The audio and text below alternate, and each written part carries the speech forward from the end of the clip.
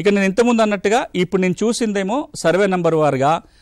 మీకు ఒకవేళ పట్టాదారు నెంబర్ ఉండుంటే మీరు పట్టాదారు వారిగా మీ భూములని ఒకేసారి చూసుకోదలుచుకుంటే పట్టాదారు పాస్బుక్ నెంబర్ అని పైన క్లిక్ చేసుకొని మీ పాస్బుక్ నెంబర్ ఎంటర్ చేసి ఈ ఖాతా నెంబర్ ఎంటర్ చేసినట్లయితే ఆ ఖాతా నెంబర్లో ఉన్న పూర్తి భూములను చూపిస్తుంది. మీకు ఎన్ని నెంబర్లో ఉంటే సర్వే నెంబర్లు ఉంటే అన్ని భూములు ఒకచోట ఉంటాయి. ఇది పహానీ 1B ఉన్న తేడా. మనం ఇంతకుముందు చూసింది పహానీ, ఇప్పుడు మనం పట్టాదారు పాస్బుక్ వారిగా చూస్తే ఇదే 1B లేదా ఇప్పుడున్న ROR రికార్డు. గ్రామంలో ఉన్న పహానీలో సర్వే నెంబర్ వారీగా భూముల వివరాలు ఉంటాయి. ఒక ఊళ్ళో ఒక 500 సర్వే నెంబర్లు ఉంటే సర్వే నెంబర్ 1 నుంచి మొదలుకొని సర్వే నెంబర్ 500 వారీగా ఏ సర్వే నెంబరు, అందులో ఎంత విస్తీర్ణం ఉంది, దాన్ని పట్టదారు ఎవరు, ఎవరి అనుభవంలో ఉందో రాస్తాం.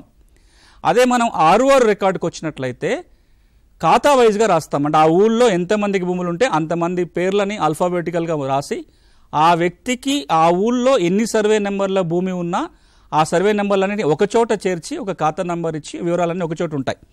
నేను ఇంతకుముందు చూపించిన వివరాలేమో సర్వే నెంబర్ వారీగా ఉంటాయి. అంటే పహానీలో చూసినట్టుగానే అక్కడ మనం చూస్తాం.